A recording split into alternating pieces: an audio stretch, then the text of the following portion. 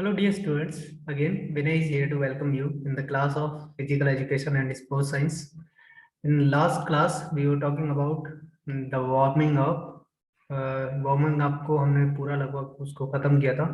In today class, we are going to discuss about the stretching. What are the benefits of it? And basically, हम stretching की सारे जो भी aspects हैं उनको discuss करेंगे अच्छी तरह से और पूरी तरह से हम stretching को जानेंगे. ये ना केवल stretching is not only important for those students who are going to participate into the competitions on the various kinds of the physical activity, but they are also important for the examination point of view while you are preparing for various examinations like UGC NET or TGT, PGT kinds of examinations.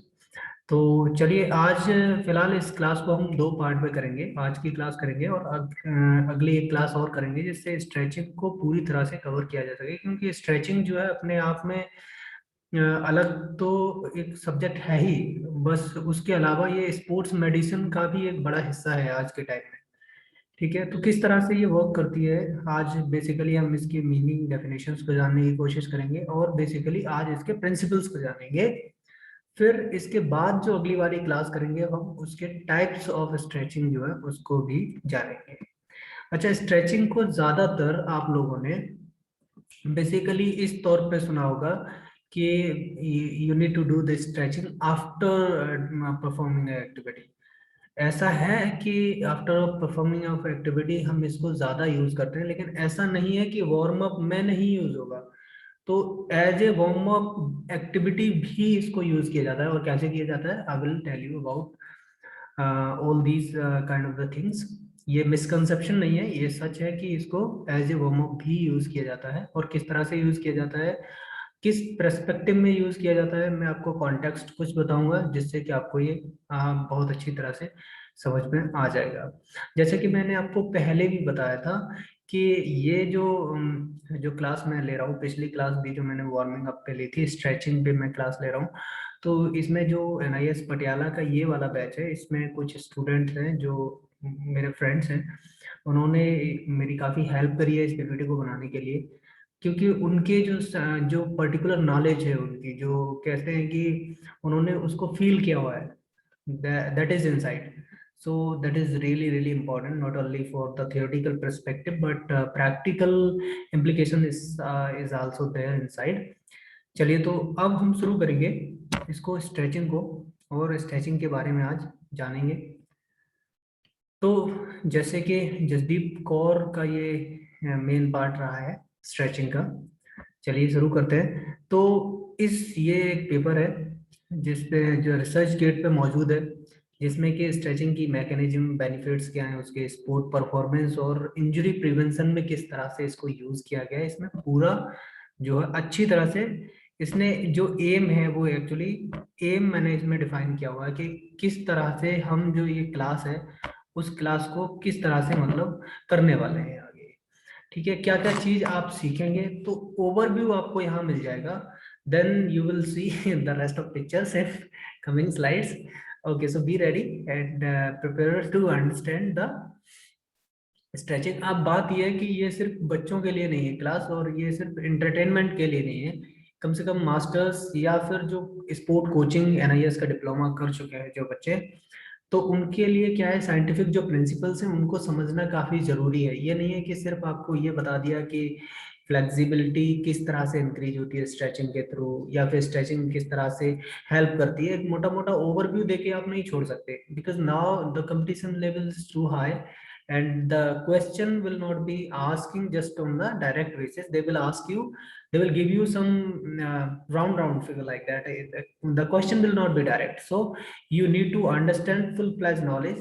Then after you will be able to grab the questions what exactly he is asking.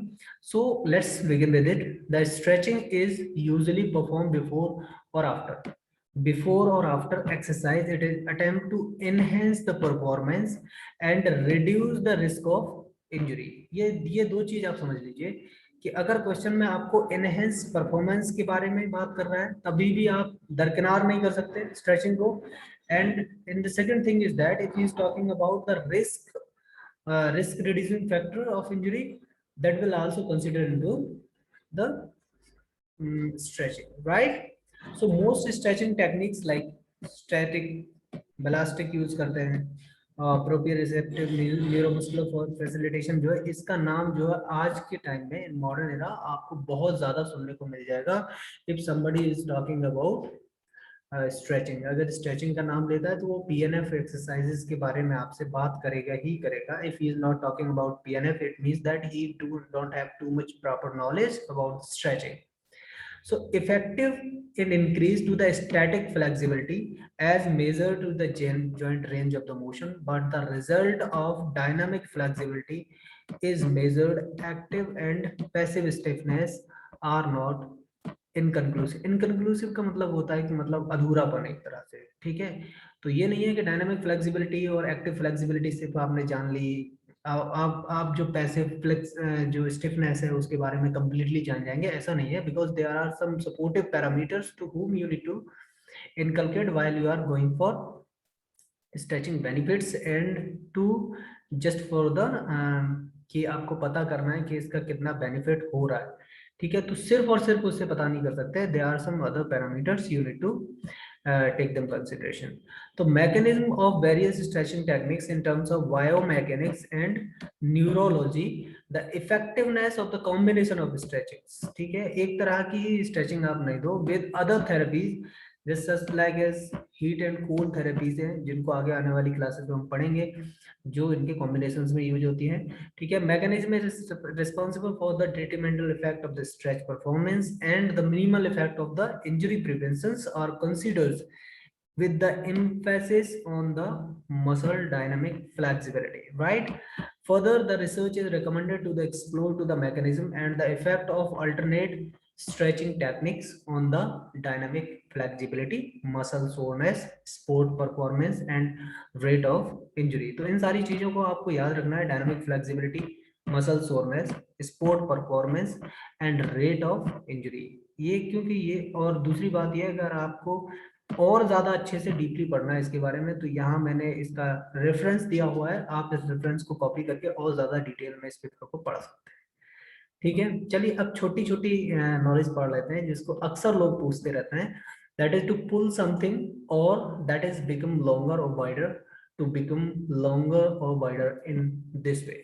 Actually होता क्या है कि stretching का मतलब, जो stretch word है उसका मतलब ही है कि जैसे आपके पास कुछ लेंथ है, for example you having a string of 1 centimeter, if you are pulling apart to the opposite direction and you are increasing the length of it, तो आपने 1 सेंटीमीटर की कोई चीज ली तो उसको अपोजिट डायरेक्शन में एक फोर्स लगाया, उसकी वजह से उसकी लेंथ अगर बढ़ जाती है तो ये सारा का सारा जो प्रक्रिया होगी वो क्या कहलाएगी, स्ट्रेचिंग, ठीक है।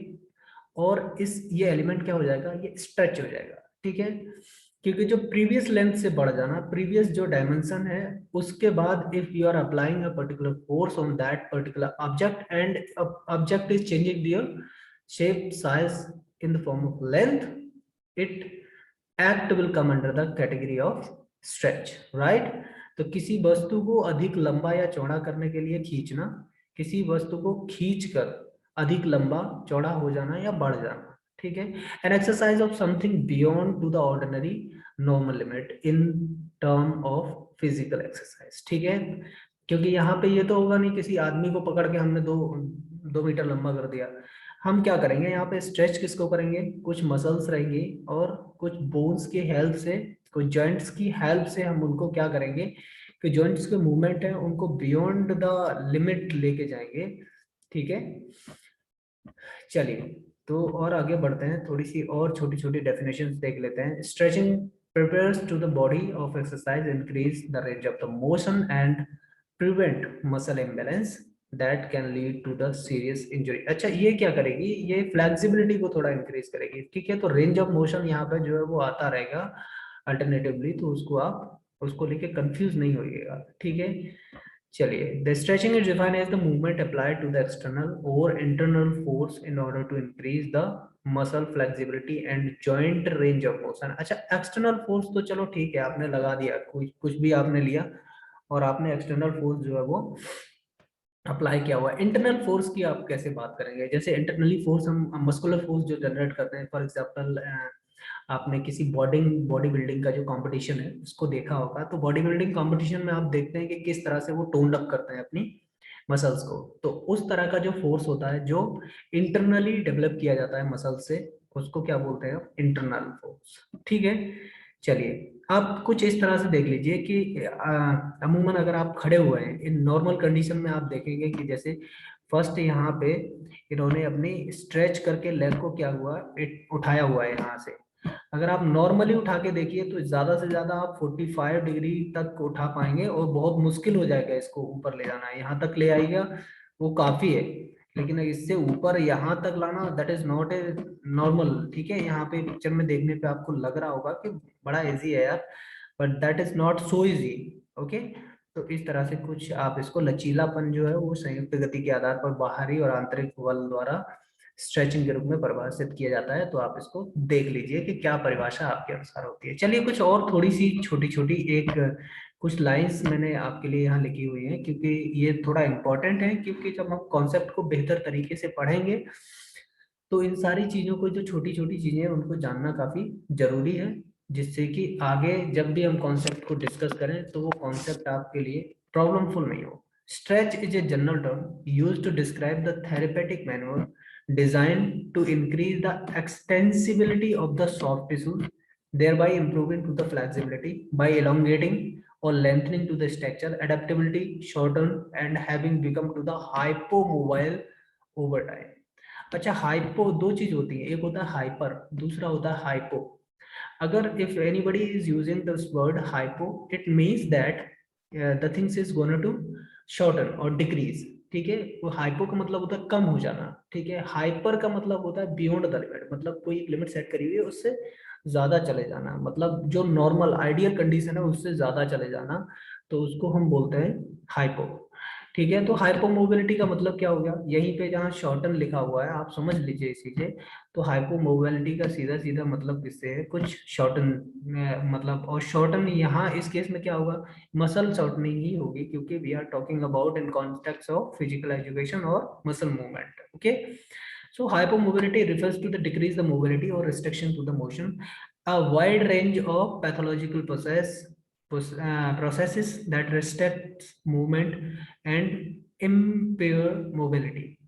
ठीक है, there are many factors and contribute to the hypermobility, stiffness, soft tissue, to the potential loss of ROM. अच्छा, ROM से आप क्या समझते हैं? यहाँ पे ROM का मतलब है range of motion। ठीक है, and the development of the contractures. Hypomobility is restricted to the motion use. Adaptive shortening of soft tissues occur as the result of many disorders and situations. इस चीज को आप समझिए यहाँ पे। एक्चुअली यहाँ पे जो मसल टिश्यूज की सॉफ्टनेस की, सॉरी, मसल टिश्यूज की शॉर्टनिंग की बात करी गई है। ठीक है, और they are also talking about the disorders and situations. ठीक है, अब वो क्या सिचुएशंस हो सकते हैं? For example, if you are living a sedentary lifestyle and you are not using too much movement or physical movement, that time what will happen कि आपकी जो मसल्स रहेंगे, ठीक है, उनमें ना मूवमेंट होने की वजह से जो range of movement of your joint वो उतना ज्यादा नहीं होगा। कुछ इस तरह से समझ लीजिए कि आप किसी भी एक कोई चीज है जो एक एक्सिस पे मूव करती है, जैसे फिक्स है, और उसको बहुत दिन के लिए छोड़ दीजिए तो वो उतना अच्छे से मूव नहीं करेगी। ऐसा ही कुछ मतलब ह्यूमन बॉडी के साथ भी है। ठीक है, सॉफ्ट टिश्यूज का शॉर्टन की प्रॉब्लम ये आती है कि जैसे हमारी मसल्स होती है, मसल्स में मायोग्लोबिन है, और मायोग्लोबिन की बात मैं इसलिए कर रहा हूँ कि मायोग्लोबिन जो होता है वो ऑक्सीजन बाइंडिंग पिगमेंट है एक तरह से मसल्स में, जिस तरह से ह्यूमन ग्लोबिन जो है वो ऑक्सीजन बाइंडिंग पिगमेंट है किसमें? ब्लड में।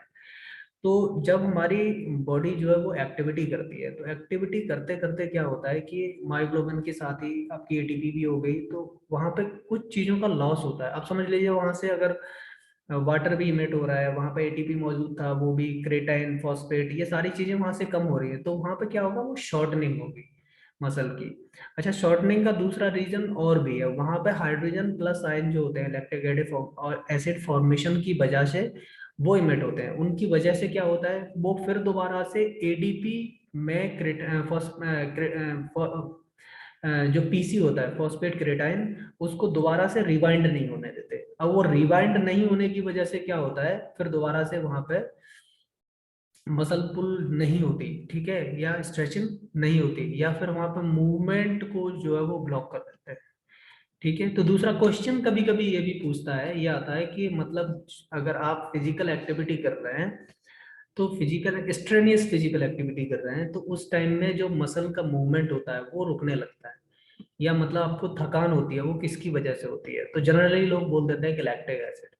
तो लैक्टिक एसिड एक्चुअल वजह नहीं होती है, लैक्टिक एसिड वजह होती है, लेकिन अगर आप एक मास्टर स्टूडेंट से पूछेंगे, तो मास्टर्स का स्टूडेंट अगर ये आंसर देता है तो उसके लिए ये अच्छी बात नहीं है, बिकॉज जो जो फटीग होती है वो हाइड्रोजन प्लस आयन की वजह से होती है, ना कि लैक्टिक एसिड फॉर्मेशन की वजह से। ठीक है, चलिए अब हम प्रिंसिपल्स पे बात करेंगे कि कुछ जो प्रिंसिपल्स हैं, बिकॉज हमें प्रिंसिपल्स जानना बहुत जरूरी है जब किसी भी चीज को हम पढ़ रहे हैं, तो हम प्रिंसिपल्स पे बात करेंगे कि कौन कौन से प्रिंसिपल्स हैं जिनके बेसिस पे स्ट्रेचिंग जो है वो लाई करती है। ठीक है, तो सबसे पहला प्रिंसिपल है अलाइनमेंट, द प्रॉपर अलाइनमेंट और the position of the patient and the specific muscles and the joints to be stretched in necessary for the patient comfort and stability during the stretching. तो जब भी आप stretching कर रहे हैं, तो specific muscles जो है उनकी पोजीशनिंग और की जो अलाइनमेंट है वो एकदम बेहतर होनी चाहिए।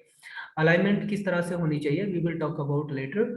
Alignment influence amount of the tension present in the soft tissues. ठीक है, हम बेसिकली करते क्या है, जो हम करते हैं स्ट्रेचिंग, वो यही होता है कि जब हम एक्टिविटी करते हैं तो कुछ मसल शॉर्टनिंग हो जाती है, उन शॉर्टनिंग को फिर दोबारा से जब हम स्ट्रेचिंग करते हैं, तो स्ट्रेचिंग के थ्रू जो लैक्टिक एसिड वहां पे जमा हुआ होता है, उस लैक्टिक एसिड को ब्लड के थ्रू फिर दोबारा से रिप्लेनिश करके एटीपी में कन्वर्ट करने के लिए ही ये सारी प्रोसेस की जाती है। और कभी कभी क्या होता है कि कुछ एक्स्ट्रा फोर्स की वजह से मसल पुल हो जाती है, तो फिर दोबारा से उसे नॉर्मल कंडीशन में लाने के लिए ही हम जो स्ट्रेचिंग एक्सरसाइजेज है वो करते हैं। अगर छोटी मोटी इंजरी जो है, सॉफ्ट टिश्यू इंजरी है, तो उनको भी हम फिक्स करते हैं इसी तरह से। ठीक है, तो consequences effect of the range of motion is available in the joint। For example अगर हम स्ट्रेच कर रहे हैं, एग्जाम्पल के तौर पे आप इसको समझ लीजिए थोड़ा सा, the stretch the rectus femoris, किसको हमें स्ट्रेच करना है, हमें करना है स्ट्रेच रेक्टस फेमोरियस को। ठीक है, और रेक्टस फेमोरियस का muscle cross two joints effectively and that knee is flexed and hip extended, the lumbar spine pelvic should be aligned in a neutral position। ठीक है, जो लुम्बर रीजन है, उस लुम्बर स्पाइन और pelvic रीजन जो है वो न्यूट्रल पोजीशन में रहना चाहिए। कब, तब जब आप जो स्ट्रेच कर रहे हैं किसको, रेक्टस फेमोरिस को। ठीक है, ये बात आपको बहुत ध्यान में रखनी पड़ेगी। ठीक है, the pelvic should be tilted anteriorly and should the lower back hyper extended। ठीक है, then we will move for the next principle, that is stabilization। to achieve the specific effective stretch for the specific muscle or group of the muscle associated with the party periarticular. इस word को आप थोड़ा सा याद रखें जरा, क्योंकि कभी कभी वर्ड जो होते हैं वो परेशान करते हैं। पेरीआर्टिकुलर का मतलब होता है सिचुएटेड और occurring around the joint of the body. ठीक है, अगर पेरी आर्टिकुलर की कोई बात कर रहा है तो आप समझ लीजिए कि जॉइंट के आसपास की बात जो है वो हो रही है। Structure, it is imperative stabilize fixate either to the proximal distal attachment side of the muscle tendon unit being elongated। Example when the stretching का स्ट्रेच कर रहे हैं हम किसको, इलियोशियस को, then the pelvic and lumbar spine must maintain the neutral position and the hip is extended to avoid the stress on the lower back region।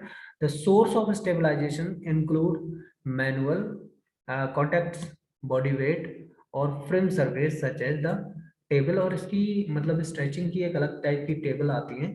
तो जब भी अगर आप कभी भी स्ट्रेचिंग का कोर्सेज वगैरह करेंगे, तो स्ट्रेचिंग में बेसिकली फिजियोथेरेपी का भी ये पार्ट है, तो उसमें वो सारी एक मतलब एक मेडिसिन टेबल आती है। वो टेबल जो है वो पूरी तरह से सारी फैसिलिटी इन सब की मौजूद होती है कि किस चीज़ को किस तरह से फिक्स करना है। ठीक है, और अगर आप चाहेंगे तो यूट्यूब पे दो डॉक्टर से, मुझे नाम नहीं उनका याद आ रहा है, वो लोग यूके के हैं दोनों, बड़ा अच्छे से फिजियोथेरेपी को वो समझाते हैं, स्ट्रेचिंग को भी बहुत अच्छे से उन्होंने एक्सप्लेन करा हुआ है। तो मैं डिस्क्रिप्शन बॉक्स में जो है इसकी वो दे दूंगा लिंक, तो आप चाहें तो उनको भी बहुत अच्छी तरह से देख सकते हैं। Now the next principle is the intensity.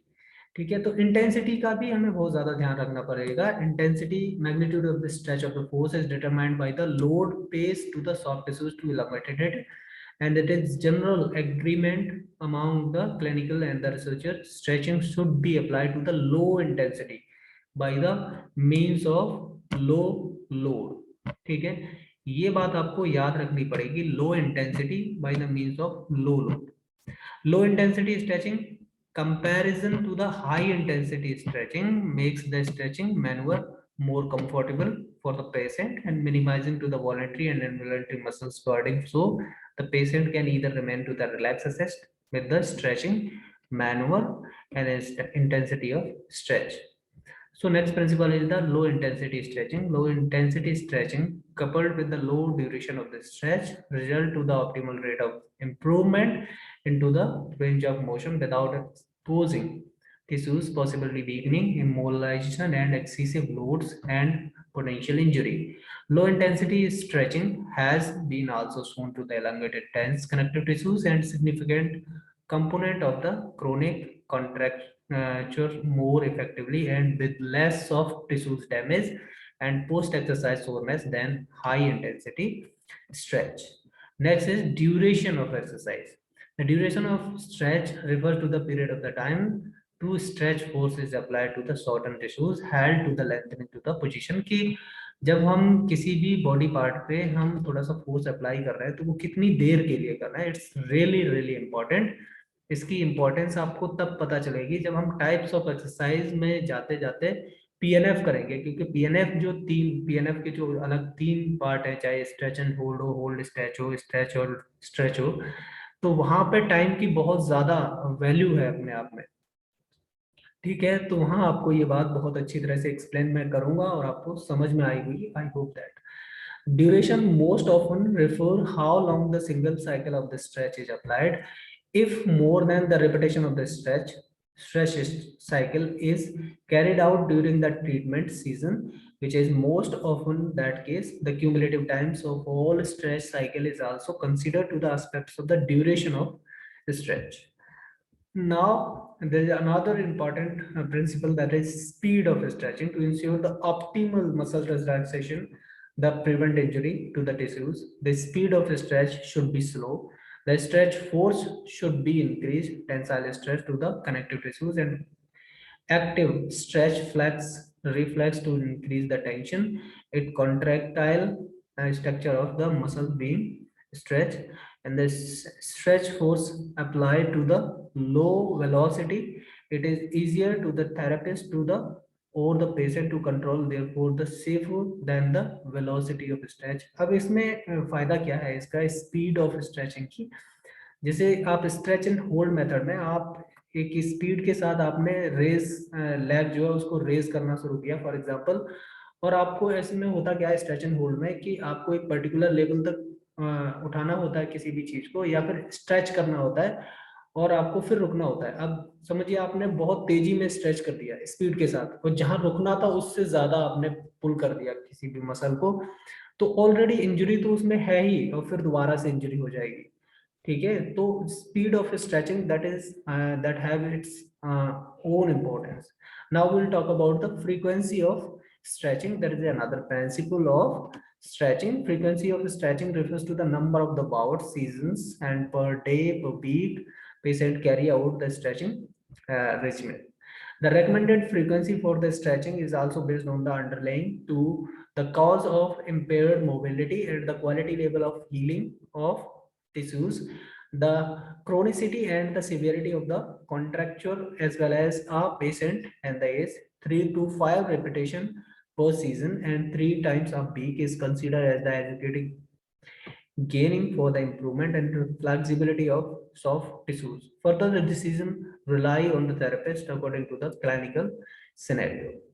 And then I think this is the last principle of stretching, mode of stretching. It's a very important from the manner in which the stretch force is apply, कि force किस तरह से apply करना है, ये बहुत important principle है. Manually stretching कर रहे हैं हम या फिर self stretching कर रहा है कोई भी बंदा, मैकेनिकल स्ट्रेचिंग हम इंस्ट्रूमेंट के थ्रू दे रहे हैं या फिर उसको PNF स्ट्रेचिंग टेक्निक के थ्रू हम जो है वो यूज कर रहे हैं. अच्छा, नेक्स्ट आज की क्लास अभी तक आई होप दैट कि आपको समझ में आई होगा बहुत अच्छी तरह से प्रिंसिपल्स.